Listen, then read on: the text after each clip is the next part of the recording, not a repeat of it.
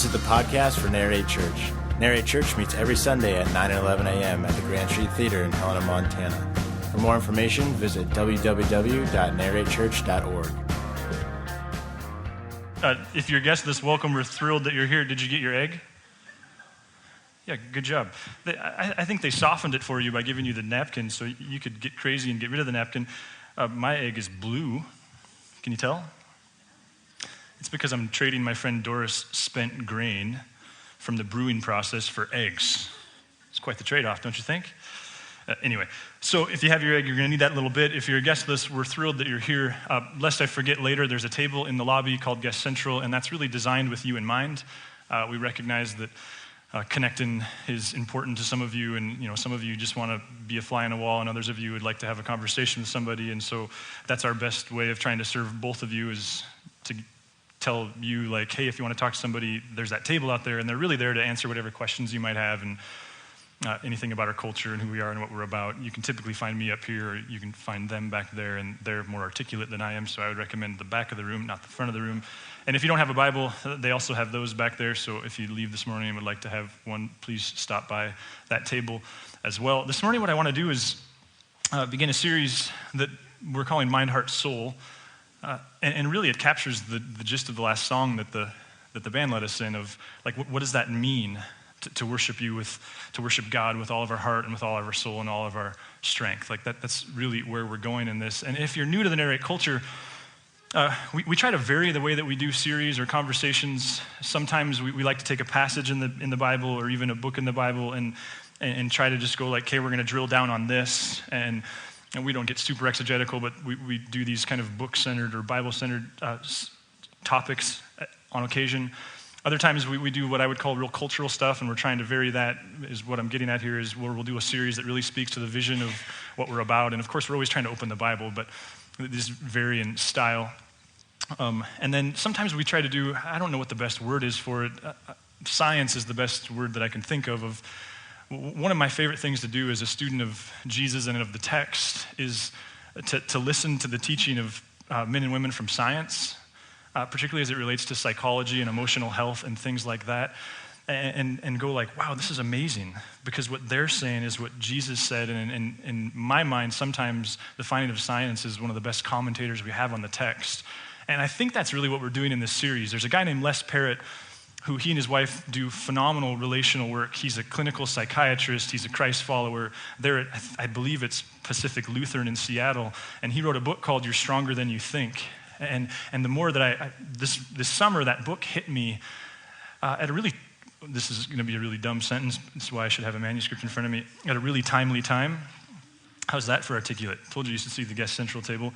And really what the book gets at is, so what does this mean to love God with our heart and our soul and our mind, and what does this mean to find those as sources of strength? So that's where we're going over the next several weeks, and we'll stay in tune through email and stuff as to where each week's going.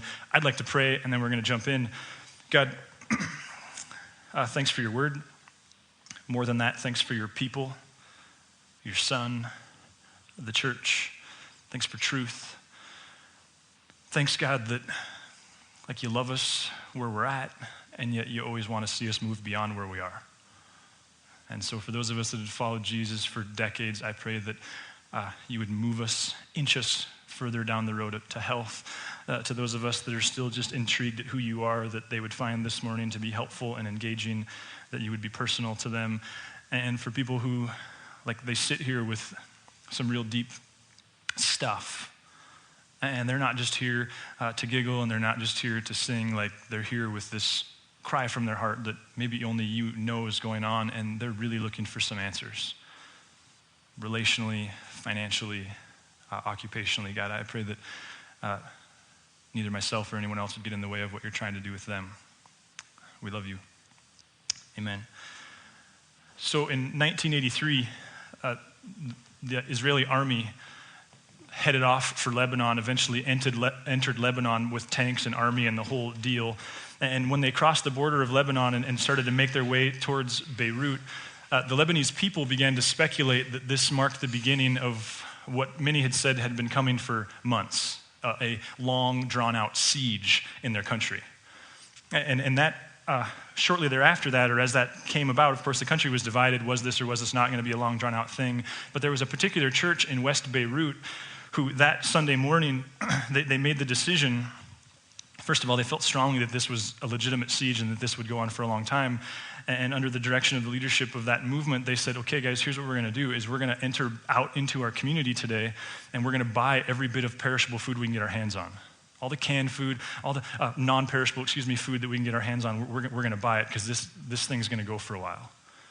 And within a few days, their intuition, I suppose, or the information they had proved to be very accurate because the siege eventually surrounded West Beirut, completely cut West Beirut off from the rest of the country, from the rest of the world. Nothing was allowed to enter or to exit by way of supplies or anything else, which put that church in a very interesting position because now they were in a community where they had an inordinate amount of food, far more than they could ever consume themselves, and the people around them had very little, if any. And so they called a meeting, and with the express purpose of saying, what do we do? Like, what is our responsibility as Christ followers to do now that we have all this food? And there were really two ideas that prevailed, that dominated the conversation. One was, of course, held by those who said, well, we should set aside for ourselves what we're going to need, and after that, we should distribute what's left to other Christ followers who aren't a part of this particular church.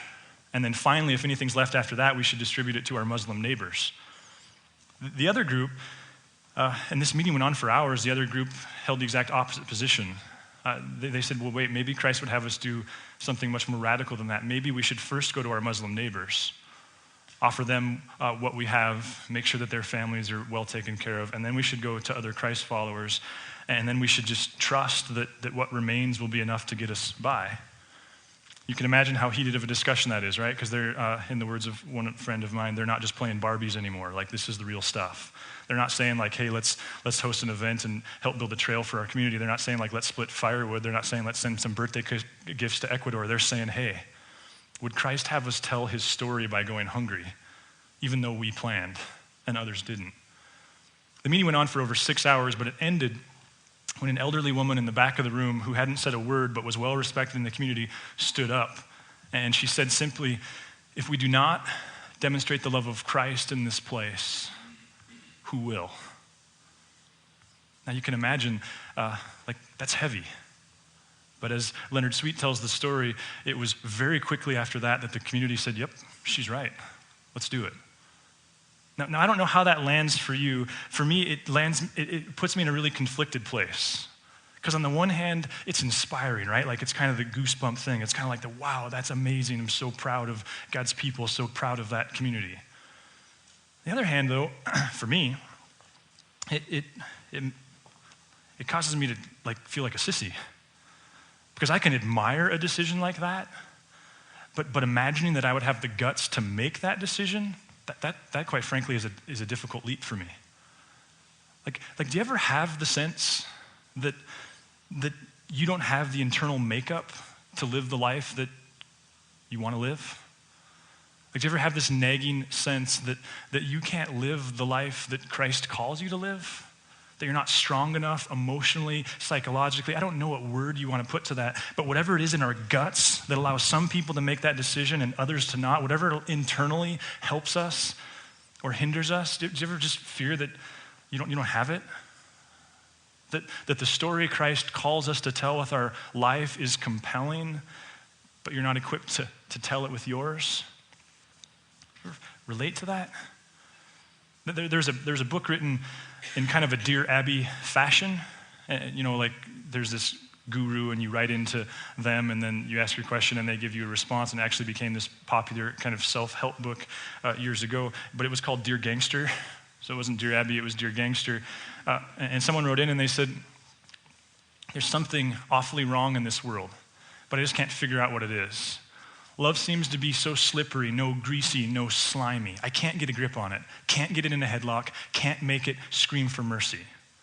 What is it that's wrong in this world? Sum it up for me, will ya? Signed, 2 words or less would be good. The response, dear 2 words or less, you and me. Now, if you're familiar with Christ's teaching, I think hopefully what echoes from that is like, well, yeah, that's true. That when we recognize there's something broken in the world, we don't say it's them, we start with ourselves. When we recognize there's something broken in our marriage, we don't start with them, we start with ourselves. Like the problem isn't that party, it's me. It's not that religion, it's me. Like that's where Christ always turns us, to this fact, to this idea that we are broken. And that my own brokenness, it influences everything, particularly in my life.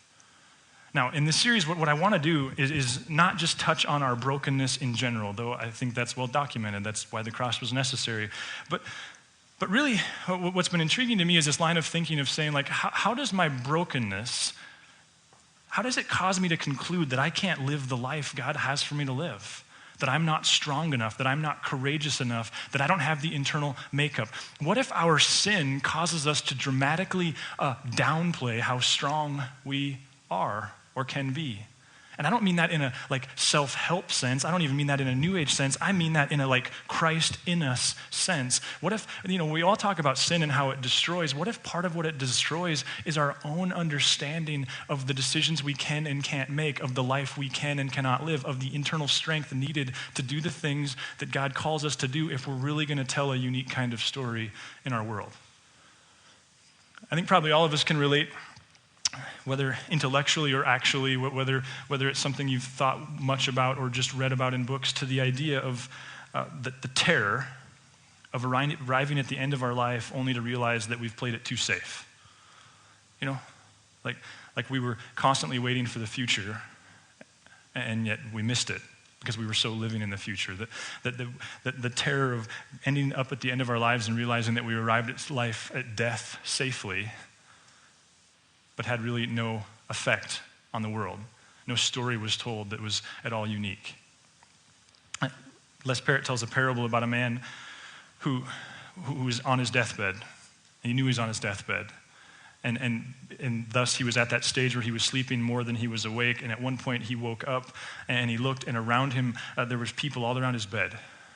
And as he kind of came to consciously and kind of got his wits about him, he eventually concluded, well, these must be like people that I knew, but I don't remember. Maybe people I worked with, maybe I went to high school with, I don't know. And eventually he said, who are you? But as he asked that, he recognized that they all had a very peculiar look on their face, that they all looked like sad, but kind. And when he asked them the question, one of them said, oh no, we're not classmates and we're not coworkers. We're the abilities that you had, but you were too afraid to realize them. Were the opportunities you were given, were the strengths that were in you, but you didn't develop. And now, we're here to die with you. Because those ambitions and those ideas and those strengths, as you go, so do we. Can you relate to that? Like that nagging sense of missing out on life, and even more missing out on it because we just didn't have the fortitude to push ourselves forward. There's a lyric that I found that goes this way. Each morning, he stacked up the letters he'd write tomorrow and think of the folks he would fill with delight tomorrow. It was too bad indeed he was busy today and hadn't a minute to stop on his way, more time he would have to give others tomorrow. The greatest of workers this man would have been tomorrow. The world would have known him had he ever seen tomorrow. But the fact is, he died and he faded from view. All that he left here when living was through was a mountain of things he intended to do tomorrow. Relate to that?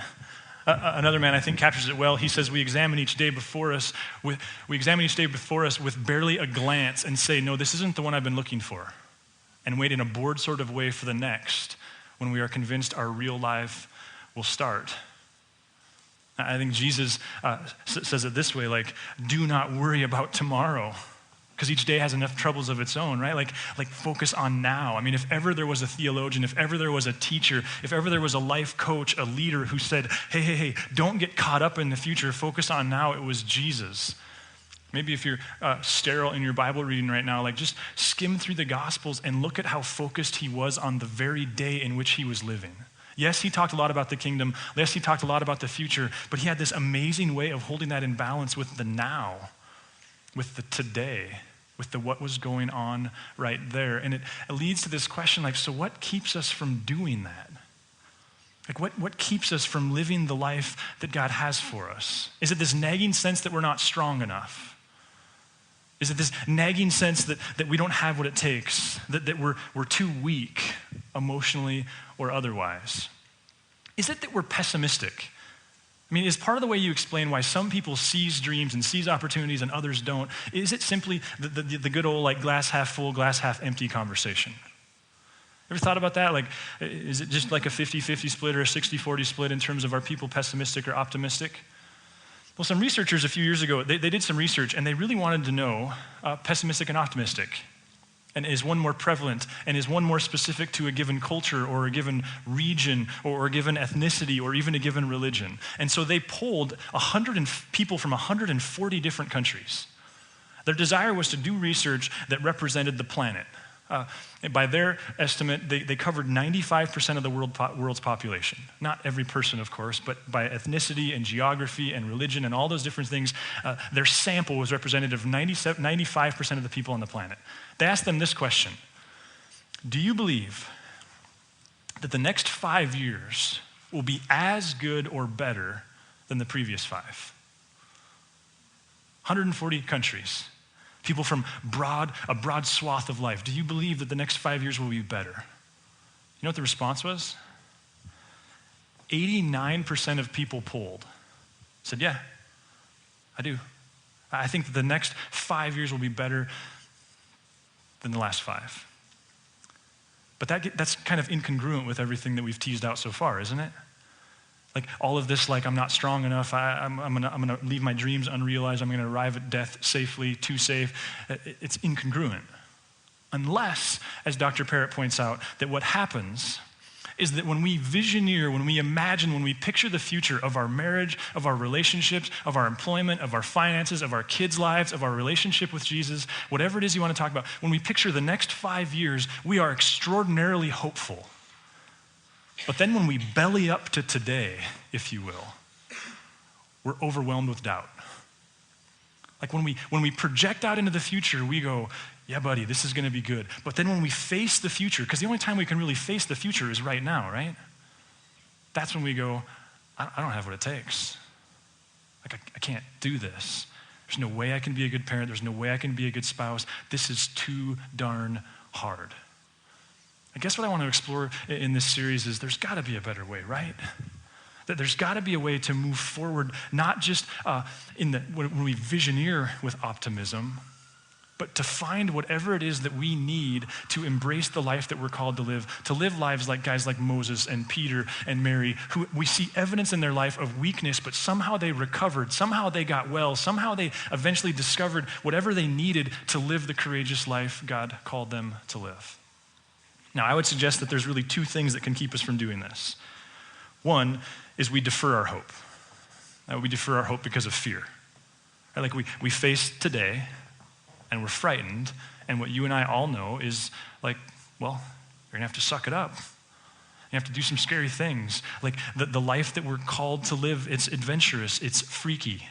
Going back to school, changing occupations, getting married, making commitments, having that conversation with that person, creating those boundaries in that relationship, doing that radical thing as you serve God, that requires a sense of fortitude. It requires a decision. It requires strength. It requires courage.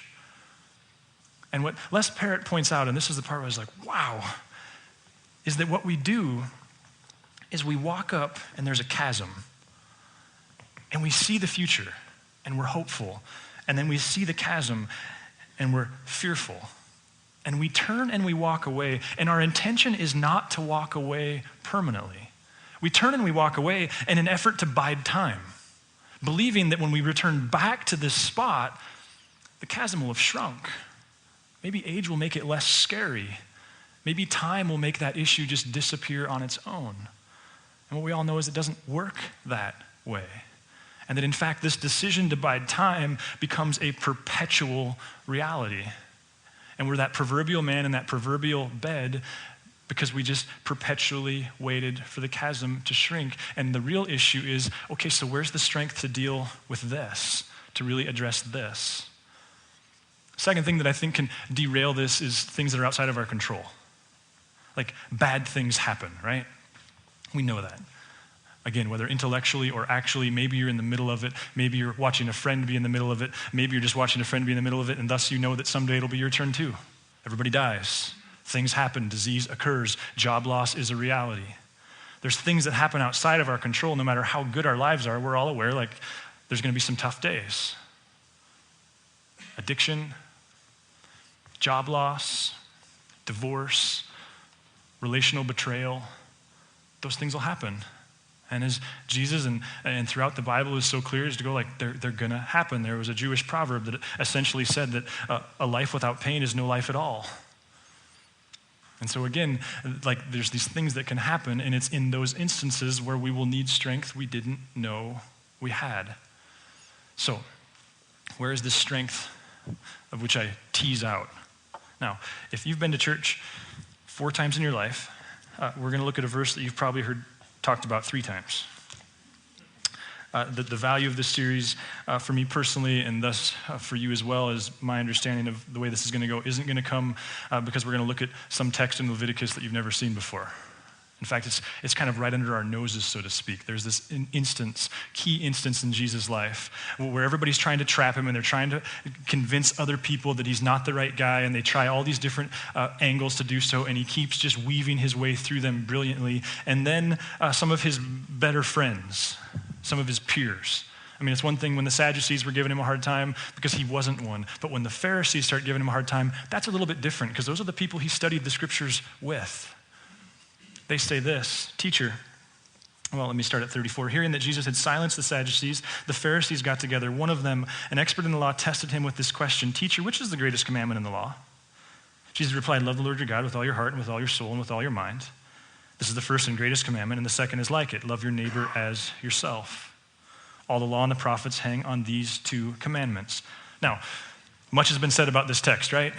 Much has been and should be said about this text. In fact, we did a whole series on it a couple of winters ago where we put a Christmas tree up here and we just said, like, remember, like, Jesus' message is so simple. It's so beautiful and it's so simple, and yet we hang all this stuff on it, all this religion on it, and we lose it. So it's right that we see the Jesus creed as the core of it all. But in doing, I think what we miss are the nuances. And the nuances in this text, in my mind, they're not secondary, they're actually primary. What we miss is that Jesus says, you have a heart, and you have a soul, and you have a mind. Luke adds in his version, and you have a body, you have strength. Now, is Jesus just trying to, is this just flowers?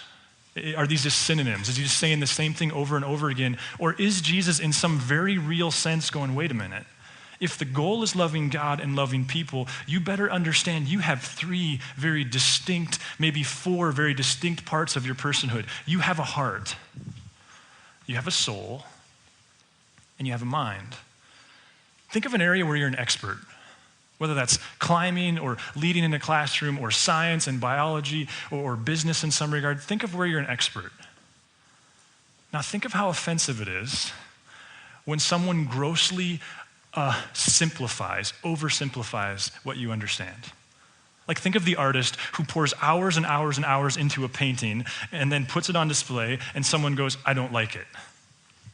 As though there hasn't been incredible energy poured into every detail. Think of the sports fan like myself who says, just win, right? Like, that's just the goal, just win. How offensive is that? To the guy who understands the game is so much more complicated than that. There's offense and there's defense and there's special teams and there's coaching and there's practices and there's facilities and there's personal life and there's what I ate for breakfast today and there's what I ate for breakfast 4 months ago when it was the off season. There's so many intricacies. Think of the band. Like when a guy like me who has 0 musical ability, like mine's in the negative, when he says like, just sound good, right? And the musician, Like the team up here, they go, okay, so in which part? Like, where do you want me to stop listing the different options? Do you want to talk about the bass or the guitars or the vocals? Do you want to talk about the rhythm guitar or the lead guitar? I mean, what do you want to talk about? You want to talk about the sound guy? Do you want to talk about like what we're doing in the chorus, or do you want us to talk about when we're doing in the main thing? I mean, right? Like the details go on and on and on and on. What if Jesus really is the greatest intellect the world has ever seen? What if he was both God and brilliant? And what if when he said heart, mind, and soul, what if he was on to something very specific? And in fact, if you begin to break his teaching down, you see that he actually gives place to each one of these three things quite separately. Like he deals with the reality of a heart and the reality of a soul and the reality of a mind in a way that suggests that they all play a unique role and that they're all crucial. In Mark 7, there's this whole interaction that happens where Jesus has said like, hey, wait a minute, it doesn't matter what you eat. And to the Jewish people, you're like, what did you just say? Like you can't, I mean, even his closest friends are like, there's no way he said that, right? He did not just say dogs lick their butt. Like, you can't say that. Like, that's not what just happened. And so Jesus is like, okay, let me reiterate this for you. I mean, even his closest friends, they don't get it. Watch this. Again, Jesus called the crowd to him and said, listen to me, everyone understand this. Nothing outside you can defile you by going into you. Rather, it's what comes out of you that defiles you. After he had left the crowd and entered the house, his disciples asked him about the parable. Are you so dull? They're going like, okay, Jesus, you didn't mean this, right? Like you were just trying to get a laugh, or what was going on there? Don't you see that nothing enters you from the outside can defile you? For it doesn't go into your heart, but into your stomach, and then out of your body. In other words, your heart's a big deal. What gets in there? A bigger deal. He went on, what comes out of you is what defiles you. For from within, out of your hearts come evil thoughts, sexual immorality, theft, murder, adultery, greed, malice, deceit, lewdness, envy, slander, arrogance, and folly. All these evils come from inside and defile you. And Jesus goes, hey, you've got a heart, and what goes on there matters. I've got a friend who has discipled more people than anybody I know. Last time I asked him, he'd had 20,000 people through his office in about the last 20 years. He doesn't do this professionally, he does it as a hobby. Seriously, but he's the best. I asked him one time, Fred, what's the most common question that you ask people? Like, when someone sits across, I mean, I realize that every situation is unique, but when, people are sitting across from him and they're saying everything from I haven't slept in 2 days to I'm having an affair to I'm having suicidal thoughts, I mean, you just name it. They're sitting across the table. You know what he says? The most common question, and it was actually the majority of the time he uses it, his response, who are you mad at? And people will go, what do you mean, who am I mad at? I just told you I haven't slept in 2 days. Yeah. And I'm asking you who you're mad at. What do you mean? And it's this back and forth. Why? Because what happens in your heart, it matters. I'm kind of an ESPN radio nerd on Mondays, and now it's on the car too. Like it used to just be I could turn it on the computer on my day off and listen to it all day and hear the same news over and over and over and over again. And my wife's like, bah! But now, like even when we drive places on Mondays, I can listen to it. And one of the conversations is when is Tiger Woods going to win his next major? And even more so, why hasn't he won one? And isn't the answer because Tiger Woods isn't just a golfer? Like, it's not Tiger Woods the golfer, and Tiger Woods the father, and Tiger Woods the husband, ex-husband, and Tiger Woods the spiritual being. That's not the story. The story is he's one person, and what goes on in one part of you affects every part of you, right? In Mark 8, Jesus, just one instance where he specifically addresses the soul, says this, then he called the crowd to him along with his disciples and said, whoever wants to be my disciple must deny themselves and take up the cross and follow me. If whoever wants to save their life will lose it. But whoever loses their life for me and for the gospel will save it. What good is it for you to gain the whole world, yet forfeit your soul? Now, is there an eternal component to this? Absolutely. But the theologians that I read this week go, yeah, but it's not just that. That the soul in the Jewish mind, it was the subconscious, the self-conscious being. Like he's not just saying like, how could you possibly think you're going to get into heaven? He's saying, what makes you think you'll be able to look in the mirror and see and like what you see? So we have a heart, and we have a soul, and we can use them well, and we can use them poorly, and they can bring strength to our life, or they can perpetuate weakness. And of course, he also addresses the mind, probably the least shocking of all. There's this instance where he's telling the guys, like, hey, I'm headed to the cross. And Peter, who was recruited by Jesus for his audacity, for his chutzpah, it was his role. He was the lead sheep. He says, you can't possibly be serious. There's no way you can do this. And Jesus' response to him, get behind me, Satan. You're a stumbling block to me. You do not have in mind the concerns of God. Peter, your mind is wrong, and thus so are your decisions. Your mind is off, and thus so is your life. What if when Jesus says, mind, heart, soul, love me with them, what if he's actually offering us some very specific observations about our personhood? What if he's breaking it down like a master musician, like a master artist, and going, okay, you want to be well? Well, let's just stop talking in vague generalities, and let's talk about your heart, and let's talk about your soul, and let's talk about your mind, and in Luke's version, and let's talk about your use of your body. Which brings me to eggs. I've got a game for you. Will you hold your egg like this? Top, bottom, remove thy iPhone. Last service, we had someone in here with performance-enhancing drugs, and it landed on his iPhone. Squeeze, will you? This with every bit of might that you have. I know it's scary, but squeeze. See, Cal, your carpet's safe. I know that's kind of corny, but it's kind of amazing, isn't it? In fact, if you're looking to waste your afternoon, you can go on YouTube and you can see these videos where they lay out like these 4x8 sheets of plywood-size eggs. That didn't make any sense. They lay eggs that would cover like a piece of plywood, and then they lower crushed cars onto them, and they hold the cars. Engineers will go, well, yeah, it's the rounded thing, right? Engineers? I guess I just want to create a bit of a memory. Like, I think if you're anything like me, you're prone to think of yourselves as extraordinarily weak and capable of being strong and following Christ and making the right decision only when it's easy. Kind of like you think of an egg as really, really fragile. And if what I'm thinking Jesus is getting at in Matthew 22, and what other scholars, of course, are suggesting, is that's only true if you don't understand the heart and the mind and the soul. That you have these opportunities for strength. There's these ways to be well. And then when Jesus says, be well, follow me, he doesn't just say like, okay, now do it. He says, okay, let's talk about your heart. And let's talk about ways that can be out of whack and ways you can get that in center. And let's talk about your mind and how you use that. And let's talk about your soul and the implications of that. And that's what I'm hoping to do in this series, is to begin to explore, like, what does it look like? Maybe when the series is over, we can sing that last song that we sang with a little bit more truth. That we worship him with all of our heart, all of our mind, and all of our soul.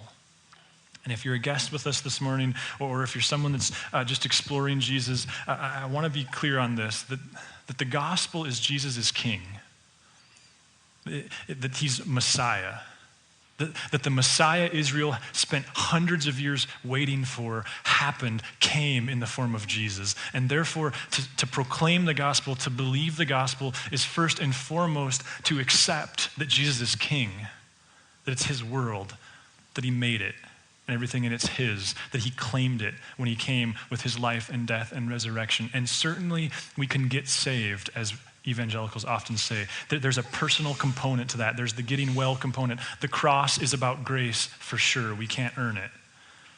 But around here, we're also pretty passionate that we bear in mind that the gospel's end goal is not any one person, that his story flows through you to Helena, to the community.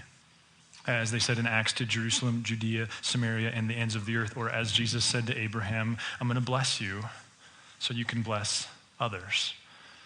Maybe this morning you're intrigued. Maybe this morning you want to start a relationship with him. There's no magic formula. There's no test. It's, do you believe that he's Messiah, that he's king, that the cross is historical, that you're broken and need his forgiveness? And you could talk to him about that now. We're going to pray. God, thank you